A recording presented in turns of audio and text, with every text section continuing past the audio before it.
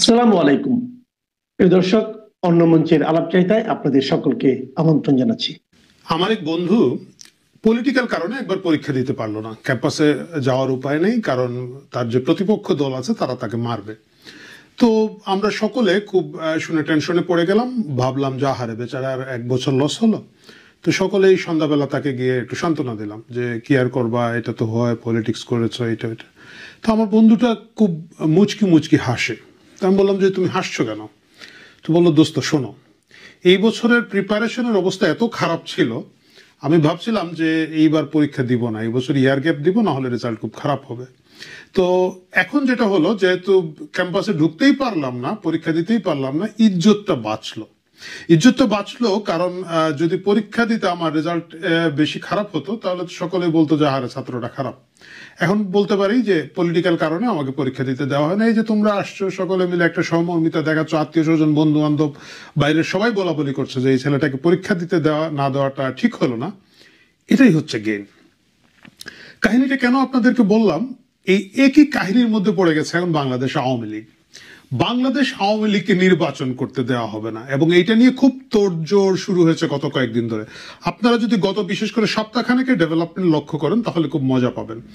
প্রথমে বলা হলো যে আওয়ামী লীগ একটা নিষিদ্ধ দল, এটা কিন্তু নির্বাচন কমিশন বললেন যে নিষিদ্ধ অবস্থায়, নিষিদ্ধ না, স্থগিত, কার্যক্রম স্থগিত অবস্থায় তাদের মার্কাও স্থগিত থাকবে।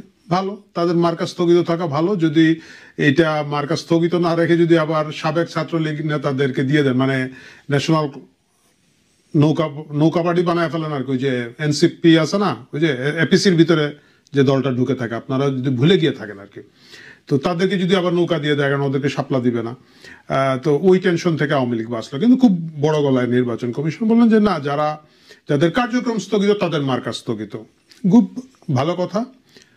তারপরে আজকে দেখলাম, মানে এই ভিডিওটা যখন রেকর্ড করছি তখন আমাদের প্রেস সচিব মহোদয়, যিনি তার ডাস্টবিনের মুখ খুলে বললেন যে যাদের বিরুদ্ধে অভিযোগ আনা হবে, যাদের বিরুদ্ধে চার্জশিট দাখিল হবে, আমাদের আন্তর্জাতিক মানবতা বিরোধী, এখন তো কোনটা যে কি হয়ে গেছে ভাই, যাই হোক, সেই ট্রাইব্যুনালের মধ্যে যাদের বিরুদ্ধে অভিযোগপত্র দাখিল করা হবে তারাও নির্বাচনে অংশ নিতে পারবেন না, এটাও ভালো কথা। তারপরেও দেখেন বিরাট টেনশন আমাদের কিছু কিছু লোকজনের, আমাদের বিভিন্ন দলের বাছুর যারা আছে তাদের মধ্যে এক ধরনের টেনশন হচ্ছে, এবং তারা বলছে যে আপার ভোট জাপায় যাবে। আপা বলতে এখানে শেখ হাসিনার কথা বলা হচ্ছে, এবং জাপা মানে জাতীয় পার্টি, আমরা সকলে জানি। সুতরাং জাতীয় পার্টিকে নিষিদ্ধ করে দিতে হবে, আরো ভালো কথা হচ্ছে ভাই, আওয়ামী লীগ তো নির্বাচনে যাওয়া নিয়ে কোনো আলাপই করে নাই। আওয়ামী লীগ খুব সুস্পষ্ট একটা স্ট্যান্ড নিয়েছে, আমি যেটা তাদের নেতাদের কথাবার্তা থেকে বুঝলাম, যে ডক্টর মোহাম্মদ ইউনূসে আদৌ নির্বাচন দিবে এটা আওয়ামী লীগ বিশ্বাস করে না।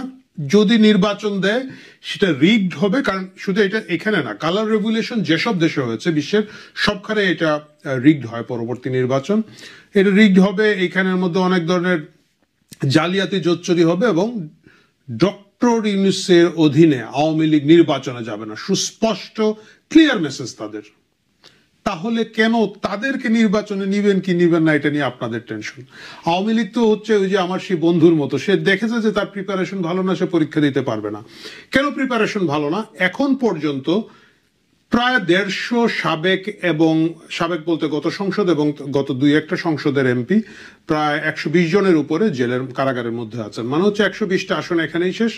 এর বাইরে আরো অসংখ্য প্রসপেক্টিভ ক্যান্ডিডেট, সাবেক এমপি, সাবেক মন্ত্রীরা দেশের বাইরে আছেন, অসংখ্য। সুতরাং 300 আসনের কোথাও তাদের পরিচিত যে মুখগুলো, পরিচিত যে ক্যান্ডিডেটগুলো, তারা নাই। তারা যদি না থাকে, তাদের নির্বাচন করা তো আওয়ামী লীগের জন্য একটা কঠিন। দ্বিতীয় হচ্ছে যে ধরলাম যে তারা নির্বাচন করলো, তাদের যে একেবারে দলীয় নেতা কর্মী, যে একেবারে ধরেন রাস্তাতে বাদাম বিক্রি করতো, সেই লোকটা যখন জয় বাংলা বলেছে তাকেও মেরে ফেলা হচ্ছে, পেটানো হচ্ছে, অথবা তাকেও জেলে দিয়ে দেওয়া হচ্ছে। আপনারা অনেকেই দেখেছেন গত সপ্তাহের একটা ঘটনা, একজন বাক প্রতিবন্ধী মানুষ, যার চিন্তা ভাবনা ঠিক গোছানো কিনা আমি জানি না, সে জয় বাংলা বলেছিল, তাকেও পুলিশ ধরে নিয়ে গিয়েছে, এবং তাকেও পুলিশ ধরে নিয়ে গিয়ে অনেকদিন, বেশ কিছুদিন জেলটেল খাটিয়ে সম্প্রতি গতকালকে বা গত পরশুদিন দেখলাম তার জামিন হয়েছে। এই যখন একটা অমানবিক পরিস্থিতি, সেই পরিস্থিতিতে আওয়ামী লীগের তো না আছে প্রার্থী, না থাকবে কর্মী মাঠের মধ্যে, তারা ভোট গোছাবে কিভাবে? সুতরাং তারা নির্বাচনে আসার ব্যাপারে খুব একটা আগ্রহ দেখাবে বলে আমার মনে হয় না। বরং আগামী নির্বাচনে আওয়ামী লীগ যদি না আসে তারা সুস্পষ্ট একটা মেসেজ দিতে পারবে যে আমাদেরকে আসতে দেওয়া হলো না, যেহেতু এখন দেওয়া হচ্ছে না। আমার কাছে মনে হয় কি ডক্টর মোহাম্মদ ইউনূস এবং তার যে যারা চিন্তা ভাবনা করছেন তারা জিনিসটা আসলে আওয়ামী লীগের জন্য সাপে বর করে দিচ্ছেন। তারা যদি আওয়ামী লীগকে নির্বাচনে আসতে দিতেন, গত বলতে 24-এর ঘটনাবলীকে নিয়ে যদি বিরাট ক্যাম্পেইন হতো, আওয়ামী লীগের মধ্যে ভাই এটা অস্বীকার করার কিছু নাই, এড়ানোর কোনো সুযোগ নাই যে আওয়ামী লীগের বিরুদ্ধে একটা বিরাট সংখ্যক লোকজন দুর্নীতিতে জড়িত ছিল, এরা ব্যাংক লুটের সাথে জড়িত ছিল, সামাজিক বিভিন্ন ধরনের সমস্যার মধ্য দিয়ে তারা যাচ্ছিল। সেইগুলোকে ফোকাস করে যদি আওয়ামী লীগকে নির্বাচনে আসার পরে ওইগুলা দিয়ে খেলা যেত এবং সেই বিষয়গুলোকে আরো বেশি করে প্রচারের মধ্যে এনে ভোটারদেরকে ডাইভার্ট করা যেত, সেটা বরঞ্চ আওয়ামী লীগের জন্য একটা বিরাট ক্ষতির কারণ হতো এবং আওয়ামী লীগের নির্বাচনে একটা ওইটা যদি ভূমি 10 বিজয় হয় তাহলে এটা কি হবে, ভূমি উত্থান পরাজয় হতো আর কি। তো সেই ভূমি উত্থান পরাজয় থেকে আওয়ামী লীগকে বাঁচিয়ে দেওয়া হয়েছে। কিন্তু মুশকিলটা হচ্ছে কি, মাঝখানে কিন্তু আওয়ামী লীগকে নির্বাচনে আসার ব্যাপারে লোকজন মোটামুটি নিমরাজি গড়িমসি ছিল। ইভেন আপনি দেখবেন জামাত বিএনপি বাকিদেরকে কিন্তু কোন নড়াচড়ার মধ্যে ছিল না। এখন কেন এই প্রশ্নটা আসছে, এখন কেন তারা সবাই বড় গলায় বলছে না আওয়ামী লীগকে আসতে দেওয়া হবে না? এর কারণ হচ্ছে গত 1 বছরের ঘটনার পরে লোকজনের উপলব্ধির জায়গাটা তৈরি হচ্ছে আগেই ভালো ছিলাম।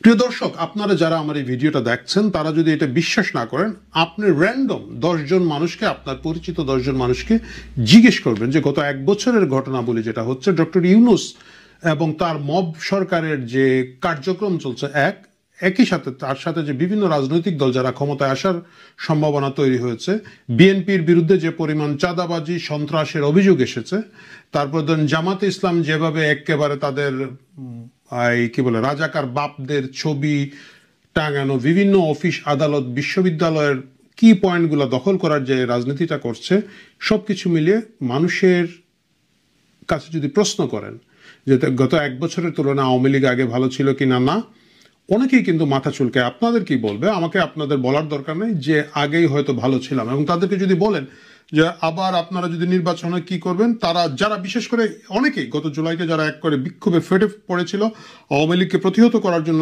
নিজ নিজ অবস্থান থেকে চেষ্টা করেছিল, তারা পর্যন্ত হয়তো গাল চুলকে মাথা চুলকে বলবে যে হ্যাঁ মনে হয় আওয়ামী লীগের ভোট দিয়ে দিব।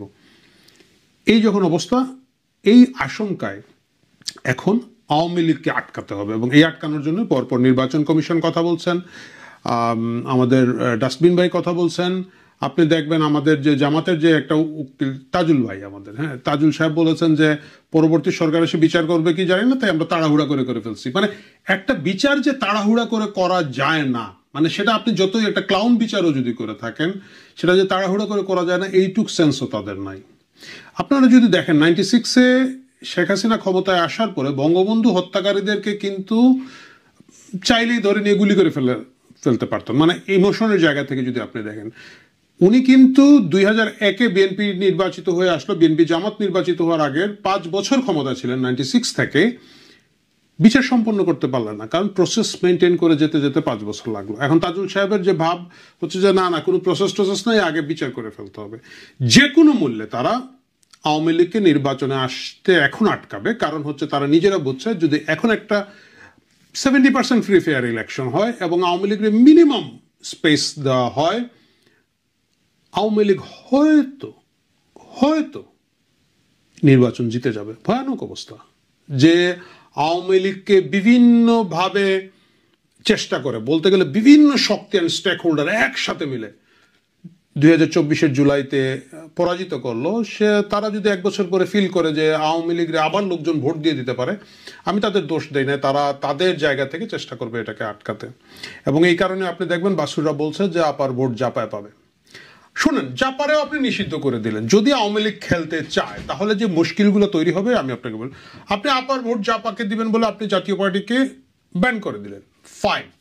তারপরে কি হবে, 14 দলের তো অনেকগুলো দল আছে, আপনি 14 দলকে ব্যান করে দিবেন, গুড, সেটাও করতে ফেলে পারেন আপনারা। বাংলাদেশে নিবন্ধিত রাজনৈতিক দল কয়টা আছে প্রিয় দর্শক আপনারা জানেন? প্রায় 50টি আছে, মানে 48 থেকে 52-এর মধ্যে বিভিন্ন ডাটা পাওয়া যায়। 50টার মধ্যে আপনি যদি বলেন যে ডক্টর ইউনূস সমর্থক বা এন্টি আওয়ামী লীগ খুব প্রমিনেন্ট দল যদি বলেন, 8 থেকে 10টি দল আছে এখানের মধ্যে। আপনি বিএনপি, জামায়াতে ইসলামী, ABCDEF পার্টি, ট্রাক মার্কার নূর ভাই, গণসংহতি আন্দোলন, মানে এই যদি জুলাই শক্তির কথা ধরেন এরকম হয়তো 10-12টা দল পাবেন, যে বাকি অসংখ্য দল যারা বাকি রয়ে গেছে, আওয়ামী লীগ চাইলে তার যে কোনো একটা দলের পক্ষ থেকে আপনি যদি আওয়ামী লীগ নিষিদ্ধ করে দিন, তারা কিন্তু ক্যান্ডিডেট দিয়ে দিতে পারে। এখন আপনি বলবেন যে ওই দলগুলো রাজি হবে কেন, আমি দলের নাম বলবো না, এখানে অসংখ্য দল আছে, যে কেউ খুব খুশি মনে, কারণ ওর হয়তো একটাই আসন পাওয়ার সম্ভাবনা নাই, ও বলবে ভাই 300 আসনে তুমি প্রার্থী দিয়ে দাও। অসংখ্য দল আছে এখানে, 50টা দল, 10টাকে বাদ দিলে 40টা, আপনি না হয় আরো 10টা নিষিদ্ধ করে দেবেন, 30 পার্টিজ আর দেয়ার, 30টা দল সেখানে আছে। রাজনীতি খেলতে চাইলে, রাজনীতি করতে চাইলে সেটা করা যেতে পারে। পাকিস্তানে দেখেন ইমরান খান কি করেছিলেন, ইমরান খানের দলকে নিষিদ্ধ করে দিল আর স্বতন্ত্র প্রার্থী দাঁড় করে দিলেন। আমি জানি এটা বাংলাদেশে একটু চ্যালেঞ্জ হচ্ছে বিভিন্ন কারণে। প্রথম কারণ হচ্ছে যে আপনি 1% ভোটারের স্বাক্ষর সংগ্রহ করতে হয় যদি স্বতন্ত্র দাঁড়াতে হয় বর্তমান নিয়ম অনুযায়ী। আমি জানি না, এটা হয়তো নির্বাচন কমিশন আওয়ামী লীগকে ঠেকানোর জন্য আগামীতে 5% নিয়ে চলে যাবে। 1% ভোটারের ভোট স্বাক্ষর সংগ্রহ করা এই মুহূর্তে আওয়ামী লীগের জন্য চ্যালেঞ্জ, কারণ তাদেরকে ওইটা মোবিলাইজ করার জন্য যে রাস্তায় যেতে হবে, ঘরে ঘরে যেতে হবে, সেটা করার সুযোগ আওয়ামী লীগের কর্মীদেরকে দেওয়া হবে না। এবং দেওয়া না হলেও তারা যদি কোনোভাবে সেটা সংগ্রহ করে, নির্বাচন কমিশন বলবে যে না, আমরা ফোন করে অমুককে পাই নাই, সুতরাং এটা তার স্বাক্ষর না, নমিনেশন বাতিল। এই ঝামেলার বাইরে গিয়ে আওয়ামী লীগ যদি যে কোনো একটা রাজনৈতিক দল থেকে যে কোনো একটা মার্কা নিয়ে দাঁড়িয়ে যায়, তাদের লোকজন কি করবেন? এইখানে দ্বিতীয়ভাবে আমাদের প্রেস সচিব মহোদয় বলেছেন যে যাদের নামে চার্জশিট হয়ে যাবে তাদেরকে নির্বাচনে আসতে দেওয়া হবে না। গুড। সেক্ষেত্রে কি হবে? এখন আপনি ঢালাওভাবে আওয়ামী লীগের সকল সম্ভাব্য প্রার্থীদের বিরুদ্ধে চার্জশিট দিয়ে রেখে দিবেন, এরা নির্বাচনে আসতে পারবে না। আপনি মার্কা ঠেকাতে পারলেন না, মানে পার্টি ঠেকাতে পারলেন না, আপনি এইভাবে ক্যান্ডিডেট ঠেকিয়ে দিবেন। মুশকিল হচ্ছে গিয়ে এটা আওয়ামী লীগের জন্য সাপে বর হবে। যদি তারা নির্বাচনে আসতে চায় তাহলে তারা প্রচুর তরুণ প্রার্থী দিতে পারবে, প্রচুর নতুন প্রার্থী দিতে পারবে, এবং আমি জানি সেই নতুন প্রার্থীদের প্রায় সকলেই ধরেই নিবে যে আমি জিতবো না। কোনো প্রার্থী যখন আমি জিতবো না মোডে গিয়ে ইলেকশন করে, তার তো হারাবার কিছু নাই, তার টেনশনের কিছু নাই, তার চিন্তার কিছু নাই, কিন্তু সে মনে করবে যে আগামীতে আওয়ামী লীগের প্রার্থী হিসাবে আমার একটা শক্ত অবস্থান হলো, একটা সুযোগ পেয়েছি। এই সুযোগে যেহেতু আমাদের সিনিয়র লিডারদেরকে বা অনেক জায়গায় বুড়ো প্রার্থী যারা আছেন, বয়স হয়ে গিয়েছে, জেল টেল খেটে এদের কজন বাঁচবে মারা যাবে আল্লাহ জানে, এই স্পেসটা আমরা দখল করে নিই। আপনি তাদেরকে কিভাবে ঠেকাবেন? এবং কিছু কিছু জায়গায় আছে না, আওয়ামী লীগ কিছু ও তো বড় দলের মানে নির্বাচনের যে কিছু যোগ ছিল, কৌতুক তারা করতো, আওয়ামী লীগ করতো এটাকে নিয়ে। যেমন ধরেন ধানমন্ডির মতো একটা গুরুত্বপূর্ণ আসনে সে নায়ক ফেরদৌসকে দিয়ে দিল। নায়ক ফেরদৌসকে ভাই কেন ভাই? কোন আন্দোলনে নায়ক ফেরদৌসের অবদান ছিল যে বলা যেতে পারে যে না ঠিক আছে উনি ছাত্র রাজনীতি করে নাই বা অন্যান্য জিনিস করে নাই, কিন্তু কালচারালি উনি খুব বিরাট একটা সুবিধা করে দিয়েছে আওয়ামী লীগের পক্ষে, বা আওয়ামী লীগের পক্ষে বাদ দেন, মুক্তিযুদ্ধের স্পিরিটের পক্ষে বা সার্বজনীন বাংলাদেশের স্বার্থে উনি একজন অ্যাক্টিভিস্ট হিসাবে কোথাও ভালো কাজ করেছেন, সুতরাং ওনাকে আমরা আসন দিলাম। কোনো কারণ ছিল নায়ক ফেরদৌসকে, মানে আমি শুধু ফেরদৌসের নামটা মনে আসলো বলে বললাম, এরকম আর অসংখ্য ফেরদৌস বিভিন্ন আসন আসে। এইসব আবর্জনা, মানে যারা গত 1 বছর আর কথাই বলছে না, কোথায় আছে কেউ জানে না, মানে ভাই সোশ্যাল মিডিয়াতে অন করে কথা বলতে পারো, যাই হোক সেটা বাদ দেন। এইসব আবর্জনা পরিষ্কার হয়ে গেলে আওয়ামী লীগের একটা তরুণ নতুন একটা ব্যাচ তৈরি হবে। আওয়ামী লীগের এই মুহূর্তে এসে নতুন একটা নেতৃত্বের প্রয়োজন আছে। লিডারশিপে এখন আমি মনে করি ব্যক্তিগতভাবে 40 to 60, 40 থেকে 60 বছরের বয়সী যারা আছে তাদেরকে নিয়ে একটা সেকেন্ড টায়ার অফ লিডারশিপ তৈরি করা যায়, এবং এই নির্বাচনে যদি আওয়ামী লীগ আসার চেষ্টা করে চায় সেটা সম্ভব, এবং সেইটা আটকানোর ক্ষমতা ডক্টর ইউনূসের নাই। কেন নাই আমি আপনাকে বলে দিলাম। দল না থাকলে দল পাওয়া যাবে। হ্যাঁ, আপনারা বলবেন যে নৌকা মার্কা থাকবে না, নৌকা মার্কা না থাকলে লোকজন কি যেন হয়, বিভ্রান্ত হয়ে যাবে। আমি আপনাদেরকে নিশ্চয়তা দিতে পারি আজকালকার যুগে, এই টেকনোলজির যুগে কেউ কোনো কারণেই বিভ্রান্ত হবে না। কারণ আপনি যে কোনো মার্কা দিয়ে যদি শুধুমাত্র একটু আওয়াজ দিয়ে দেওয়া যায় যে এই মার্কা বা এই পার্টিটাই হচ্ছে আমরা এটা দিয়ে ফাইট করব, সাথে সাথে একবার গ্রাম প্রত্যন্ত অঞ্চল যেখানে আছে সেখানেও আজকাল ইন্টারনেট আছে, সেখানেও আজকাল বিদ্যুৎ আছে। গত 15 বছর কোথায় ছিলেন? মানে ওই বিদ্যুৎ আর ইন্টারনেট ছিল, তো সেখানেও কিন্তু এই খবর পৌঁছে ফেলানো কোনো মুশকিল না। সুতরাং আওয়ামী লীগকে যে এখন নির্বাচনে আসতে দিচ্ছেন না, সেটা আওয়ামী লীগের জন্য শাপে বর। সে এত চ্যালেঞ্জ ঝামেলা নিবে না, এবং ইলেকশনের পরে পরেই কেন আমাদেরকে আসতে দেওয়া হলো না বলে মাঠ গরম করবে, আন্দোলন করবে, আন্তর্জাতিক লবি করবে। এবং যদি তারা নির্বাচনে আসে, সেটা যে কোনো পদ্ধতিতে তারা যদি সিদ্ধান্ত নেন নির্বাচনে আসবে, সেটাও কিন্তু ডক্টর ইউনূসের জন্য বিপজ্জনক হবে। সো যেদিকেই তাকান, আগামী নির্বাচনে আওয়ামী লীগের হারাবার কিছু নাই। ইলেকশন করলেও তারা জিতছে, ইলেকশন না করলেও তারা উইন করছে, তাদের পলিটিক্যাল গেইনটা ওইখান থেকেই হচ্ছে। প্রিয় দর্শক, আজকের মতো আমরা এখানেই শেষ করছি।